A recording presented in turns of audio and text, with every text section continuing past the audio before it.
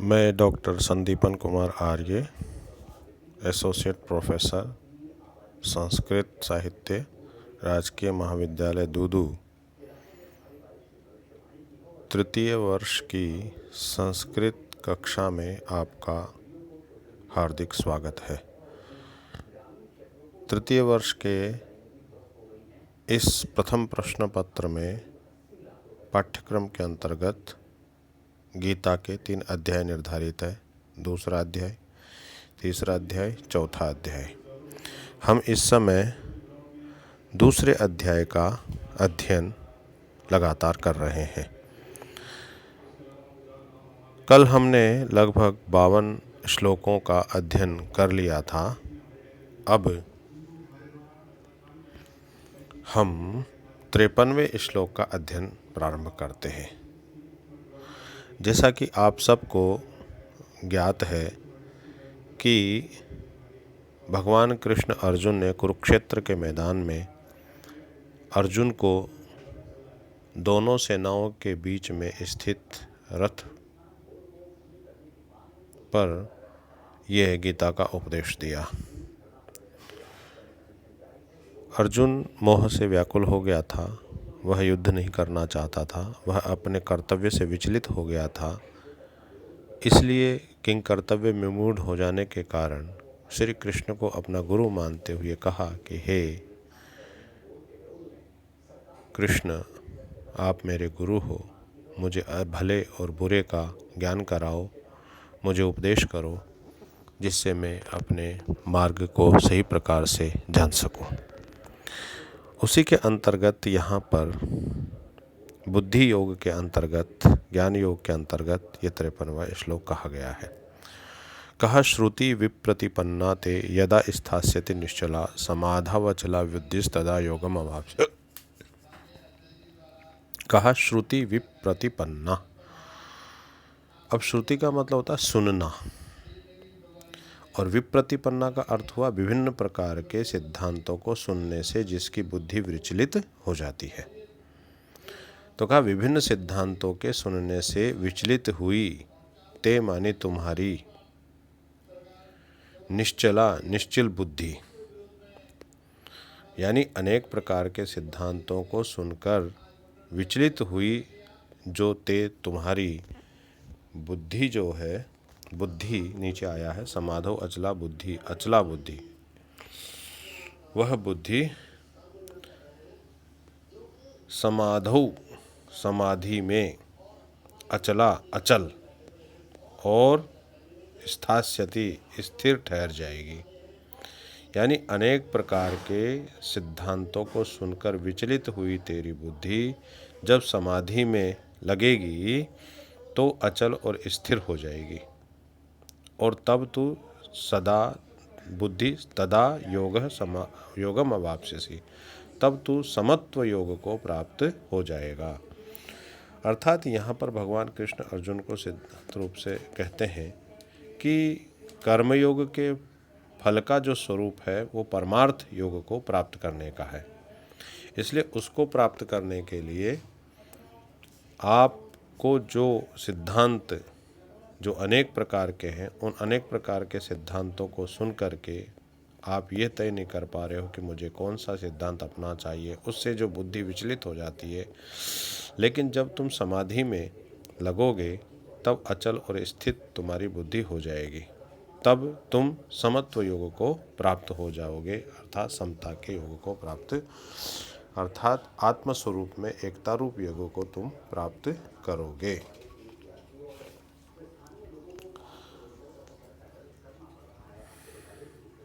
अब 54वें श्लोक में अर्जुन फिर पूछता है, एक प्रश्न करता है।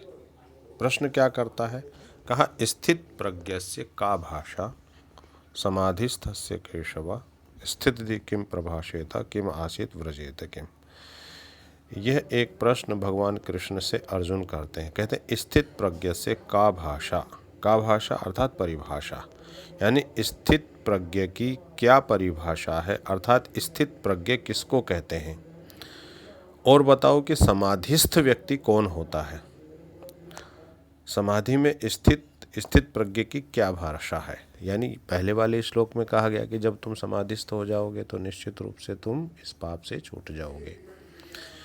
तब यहाँ पर प्रश्न किया कि समाधिस्थ होकर के समाधिस्थ व्यक्ति यानी कि समाधि में स्थित जो स्थित प्रज्ञ है, उस स्थित प्रज्ञ की क्या परिभाषा है, क्या अर्थ है उसका। और स्थित धि किम प्रभाष्यत किम आसित व्रजेत किम, और स्थित धि जिसकी बुद्धि स्थिर हो जाती है, स्थित बुद्धि वाला व्यक्ति जो है वो कैसे तो प्रभाषेत बोलता है, और किम आसीत कैसे बैठता है, और किम व्रजेत और कैसे चलता है। अर्थात यहाँ पर भगवान कृष्ण अर्जुन भगवान कृष्ण से पूछता है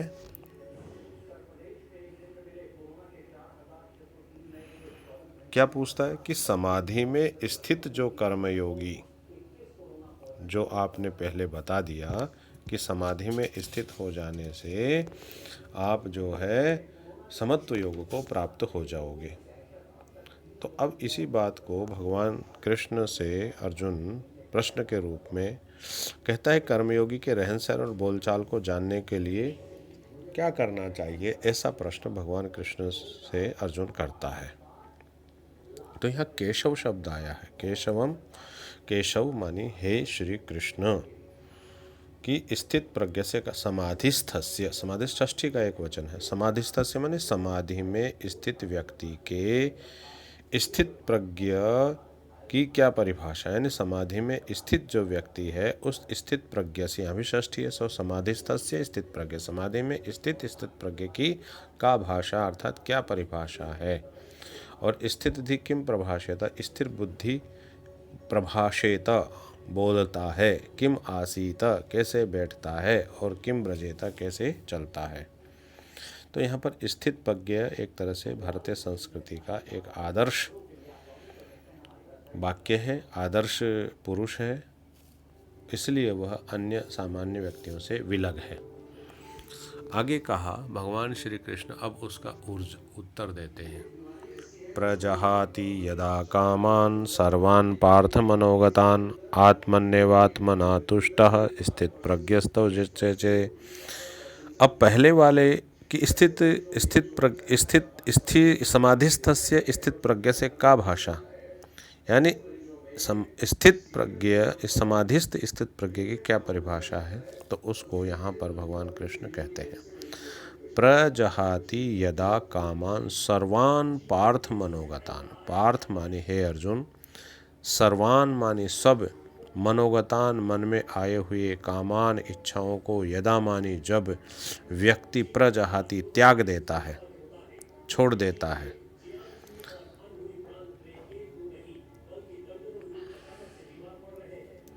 अर्थात यहाँ पर समाधि की स्थिति में जो जागृत प्रज्ञा से कर्म करने वाले स्थित प्रज्ञ हैं, उन स्थित प्रज्ञ का लक्षण यहाँ पर भगवान श्री कृष्ण अर्जुन को बतलाते हैं।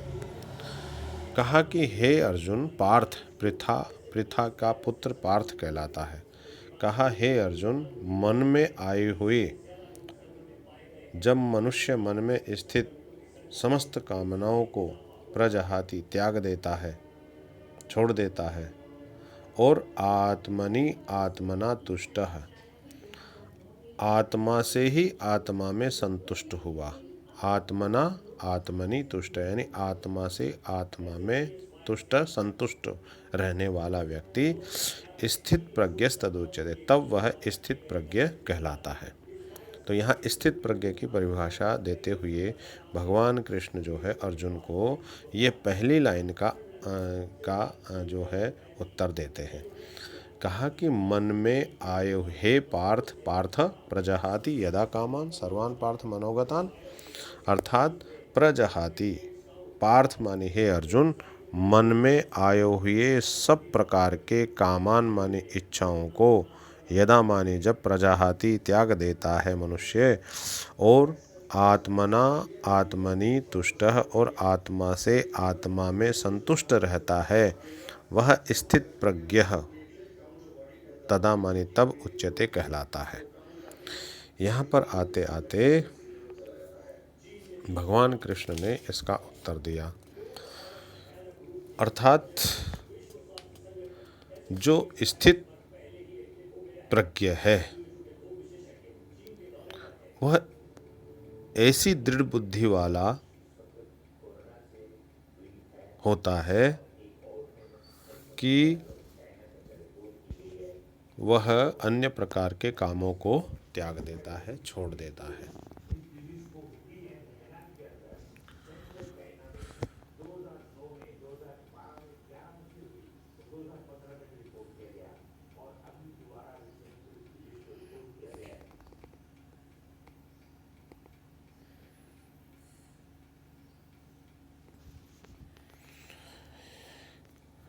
इस प्रकार से स्थित प्रज्ञ के लक्षण दो प्रकार के बताए गए।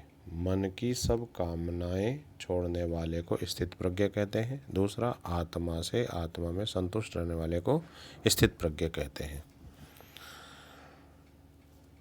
आगे कहा 56वें श्लोक है, दुखेषु अनुद्विग्न मनाः सुखेषु विगत स्पृह वीतराग भय क्रोध स्थिति मुनिरुच्यते।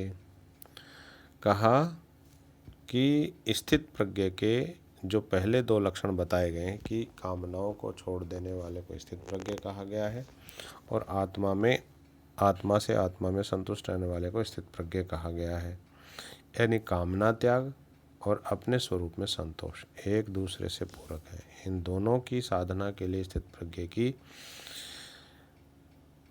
परिभाषा दी गई है। अब यहाँ पर इसका अर्थ करते हैं, दुखेषु अनुद्विग्न मनः सुखेषु विगत स्पृहा। दुखेषु अनुद्विग्न मनः यानी दुख आने पर जिसका मन उद्विग्न यानी विचलित नहीं होता, और सुखेषु विगत स्पृहा, और जब सुख आ जाता है, सुख प्राप्त होता है तो विगत स्पृहा, जिसकी आसक्ति उसके इच्छा से भलीभांति छूट जाती, आसक्ति उससे छूट जाती है। और वीतराग भय क्रोध, जिसके राग भय और क्रोध क्या है, बीत गए हैं, ऐसे व्यक्ति को स्थिति मुनि लोग उच्यते कहते हैं। वीत मानी बीत गया है जिसका, वीतः रागः भयः क्रोधः यस्य स वीतरागः। यहाँ बहुव्रीहि समास है। बीत गया है, राग मानी आसक्ति, भय मानी डर और क्रोध मानी क्रोध, ऐसे व्यक्ति को स्थिति मुनि लोग कहते हैं।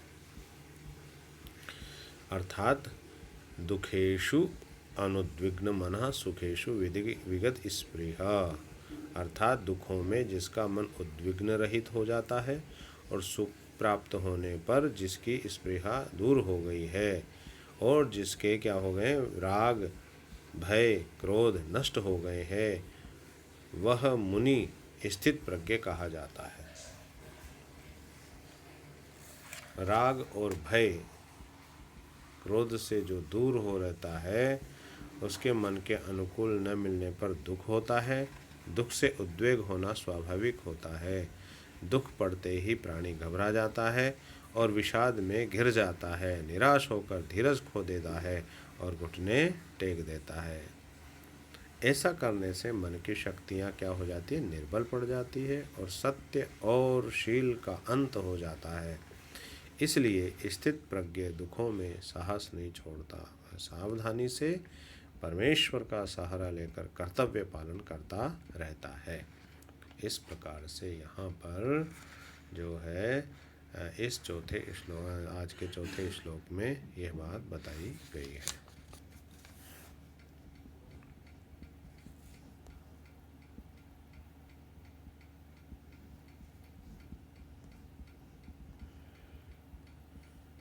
अब कहा, यह सर्वत्र अनभिस्नेहस्तत्प्राप्य शुभाशुभम नाभिनंदति न द्वेष्टि तस्य प्रज्ञा प्रतिष्ठिता।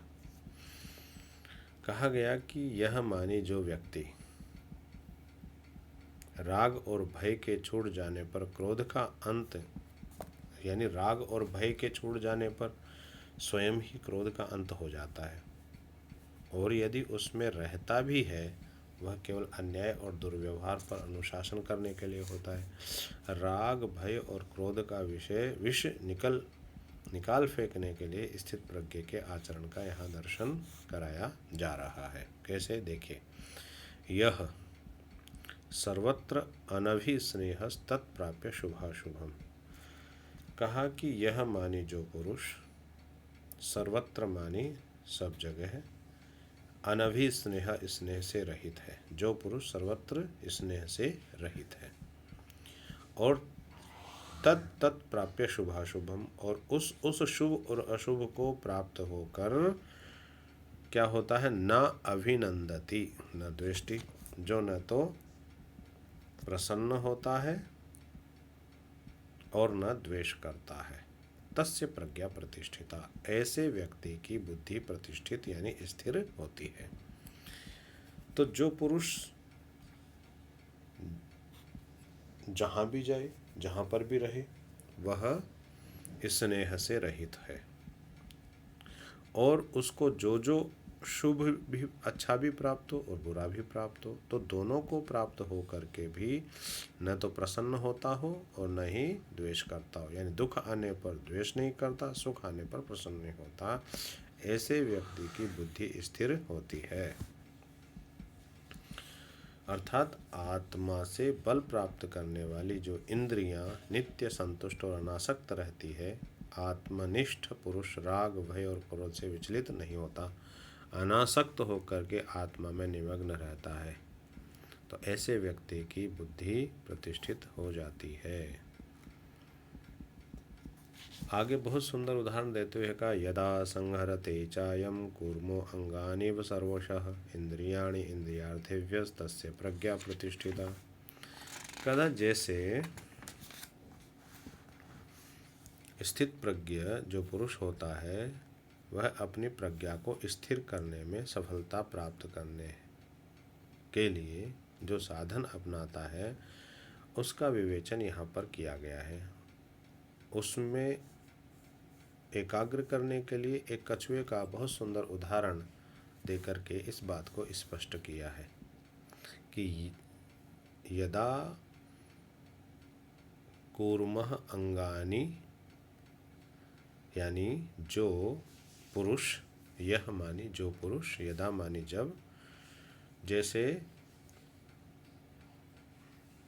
जो पुरुष अंगानि एव इंद्रियाणि इंद्रियार्थेभ्य, इंद्रियों को इंद्रियों के विषयों से सर्वशः सब ओर से इकट्ठा कर लेता है, अर्थात अलग कर लेता है, समेट लेता है।